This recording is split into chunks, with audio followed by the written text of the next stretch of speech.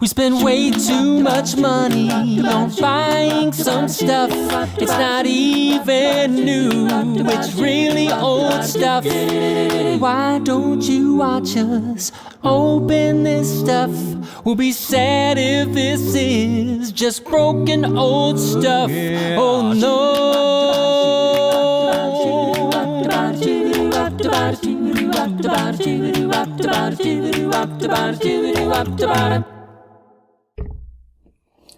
Hello and welcome to Reinfused. Today, if you can't tell by the box and the slightly squeaky settee, we are doing another Japanese unboxing. Now this is the first of two that will be in this video, and these are the first of two of six that are currently on their way. The other four are currently sitting in customs, and yeah, I don't know when they'll arrive. Customs is pretty random over here. I mean, fair enough, they get a lot of parcels, but you never really know when or how long stuff's going to stay there and how long it takes. Like this parcel here took nearly 2 weeks. It took a day to get from Japan to England and then nearly 2 weeks to pass through customs. Fair enough. My stuff is never easy to quantify, which is what I'm guessing takes all the time. Well, I know I've got some interesting stuff in the parcels as a whole. I'm not sure what's in these first two, but I guess we'll find out together.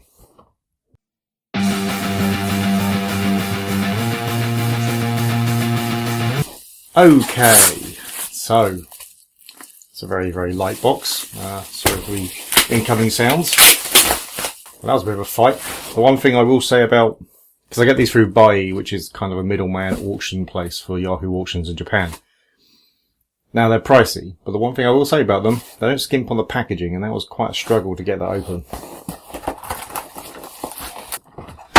Okay, so all of that was really Amazon style boxing there, because it's just this one. It looks like a CD. Oh, it's not a CD though. It is. Ah, nice. This is my attempt to get all of the volume.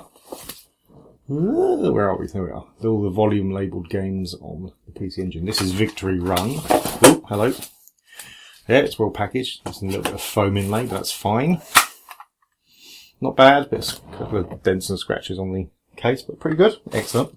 Anyway, yes. Probably the much more well-known Bomberman. This would be the 94 edition, quite hard to get hold of. Although, yeah, I don't know, it's one of those games where they call it rare, but it's not genuinely rare. It's like Deep Fear, the European version, where the price has gone up and people say it's rare, but if you go on eBay, there are always loads of auctions. It's not a rare game. It just kind of got that moniker because it was the last one made. So the prices are inflated because of that. That's my small rant. So this is a lot of these envelope style packages. Oh, quite a few of them, actually, 4 of them. 4 envelope style packages. So let's rip a few of these open. Oh, there we go. And this is completely sealed. It's unopened entirely, which is amazing. So this is basically, obviously it doesn't matter because I'm going to open it and use it. So this is basically a memory boost for the Turbo Duos, which is my favourite PC Engine, the one I use most.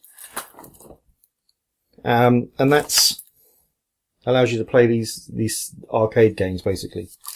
So excellent. We'll be testing some of those out now. I don't remember the name, but it's a baseball game. It's not great, but it's one of the volume labelled games. Yeah, it's not one perfect edition, but it's not terrible. Some homemade wrapping here. I do love this actually. You get some of the parcels, you get the Japanese newspapers. It's really nice. Another NEC game unboxed this time. Nectaris, which has got nothing to do with Small Oranges. At least I assume not. I haven't played it, but yeah. So cool. That's another, obviously again, the volume game. Right, another one which looks suspiciously like more envelopes. Okay, well this isn't a volume purchase, but it's just a game that I like and I didn't own. So it's Mr. Heli. It's a game I enjoy. I'll shoot him up.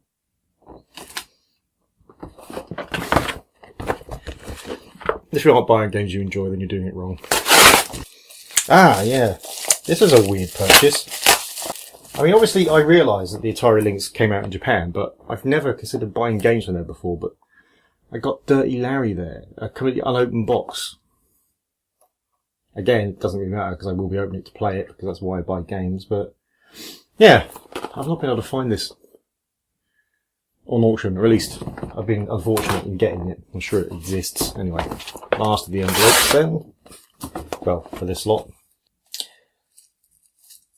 I guess some people would consider it to be a bit of a pointless purchase, given one of the games that I got a little earlier. But I think it's a series I love.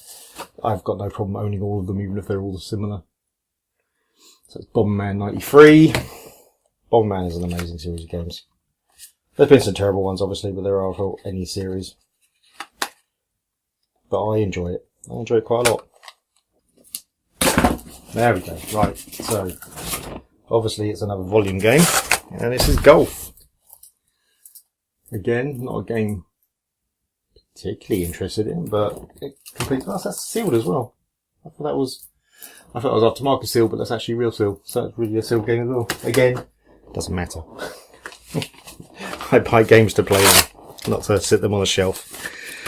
So this is The Kung Fu. It's volume number 1 as well, so yeah. It's another volume game, and it's like called Apparai something. I can't remember, Apparai Life or Apparai Victory, something, I can't remember. It's an odd game though, I remember that. I haven't played it, but I've seen videos of it being played. I'm looking forward to playing it. Ah. This is a good game. This one's a good game. This is another game that I don't think isn't a volume game, but I want to own it. So Gallagher 88. Gotta love a bit of Gallagher. And that's a good version of it.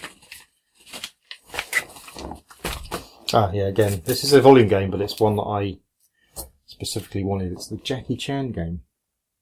It's quite cool. It reminds me a little bit of Bruce Lee on the Sinclair Spectrum. Just better. Alright, what I'm going to do is I'm going to get rid of this big box, and then we can just concentrate on this smaller one inside.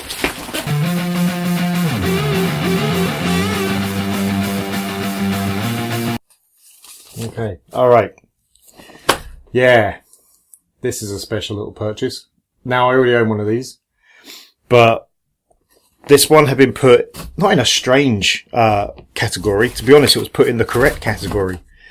And all the other ones that I've seen were in the wrong category. But because of the category it was put in, it did not do well.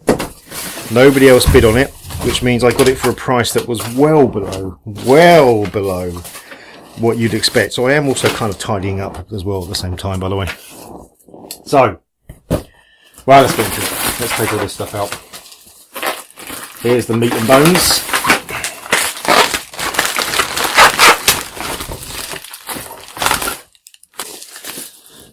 So there it is. If you've seen a few of my other videos and you look in that shape, you may already guess what this is. I mean, I'd be fairly surprised if you had, but still, it's possible. It is an MVP1 Fujitsu 10 car Marty. What happened to the Fujitsu FM Towns Marty technology when it failed as a console? It became a car entertainment system. I've done a piece of this already, but that's it. Got this for a song. It's missing some screws. That's a concern, because it may well mean that somebody's already gone in and tried to fix this. Yeah, it's been beaten up quite a lot. So whilst I got this cheap, it may not still be a bargain. It's missing a foot at the bottom. Okay, well, we can fix this. It has got the official car navigation PCMCIe card. PCMCIe reader doesn't feel too good either.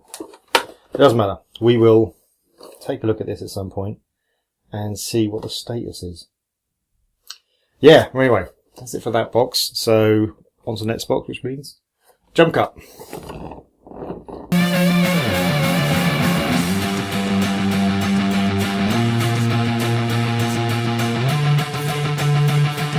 Okay, for a second I thought there was only one thing in here, but there is more than one thing. It's just they're in the back here. There we go. I'm kind of thinking this is going to be very similar to the other one, and this is going to be mostly PC Engine games. Again, it goes down into lots of small packages. Yeah, the PC Engine had a lot of games released for it, and whilst I own a lot of them, there are a lot I don't own. I'll try to rectify that. Okay. Just need to get the knife to this because it's sellotaped to buggery. Oh god. Oh, it's very... oh, yeah. These use little rubber things to hold the game inside, the HuCard, and they become very sticky over age, and that's what's happened with this one. It was quite horrible. Yeah, so this is, God, I can't remember the name of it. Kato and Chan? It's something like that, but there is an English variant of it, but this one has slightly more, let's say, robust humour than the American one. Yeah, it's not a volume game, obviously. Volume 6. More Japanese newspapers, this time with World Cup stuff on it. Ah, yeah, this is not one of the volume games, but it's another one that I wanted to own. So this is Monster Wrestling, which is quite a cool little game. Yeah, that's another game which is not a volume 1, but I wanted to own. So that's Championship Wrestling. I mean, also one of the reasons why I wanted to own it was because I got it for the princely sum of 79 pence. So, I think again, this isn't a volume game. I think this is another one I got cheap. I can't remember how much it was though. This is something absurd. I'll put all of the proper titles down somewhere if I remember. I don't remember much about that game, so that's probably a bad sign that I just bought it because it was cheap. Right, just this big box left. Well, you know, comparatively big box. Yeah, nothing else inside there. Right.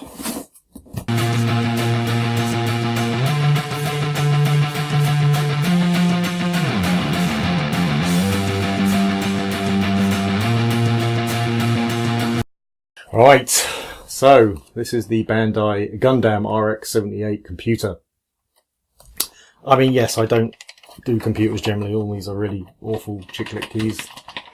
Although, you know, as a Spectrum boy, I can't really make comments on that.